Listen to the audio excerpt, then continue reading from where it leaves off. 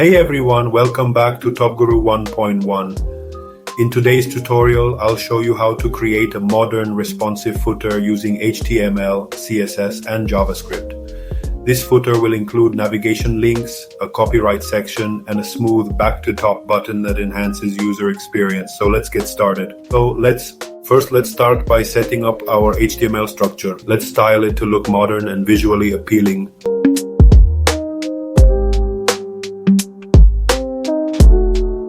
Now let's move on to styling our footer with CSS. We want it to be clean, responsive, and visually attractive.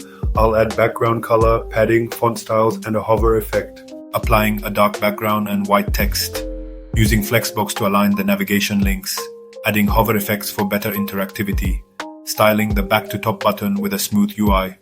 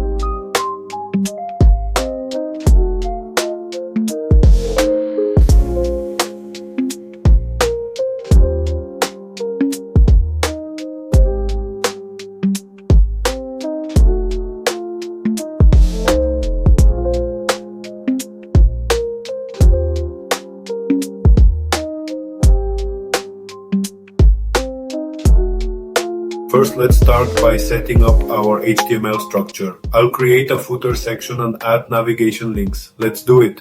Creating the footer container. Adding navigation links, home, about, services, contact, including the copyright section. Adding a back-to-top button inside the footer. Now that our HTML structure is ready, our footer is now looking great, but we still need to make the back-to-top button functional. Let's use a little JavaScript. Adding JavaScript for back-to-top button. To make the back-to-top button work, we'll add a simple JavaScript function. It will smoothly scroll the user back to the top when clicked. Using window.scroll to our top 0 behavior, smooth, is to scroll back up. On-click triggers the function when the button is clicked. Click the button to show the smooth scrolling effect. Awesome. Now, whenever someone clicks this button, the page will scroll back to the top smoothly. Now, let's test how our footer looks on different screen sizes. I'll open DevTools and switch to mobile view. As you can see, our footer is fully responsive and looks great on all devices. And that's it. You've just created a fully functional modern footer with HTML, CSS, and JavaScript. If you found this tutorial helpful, don't forget to like, comment, and subscribe for more web development tips.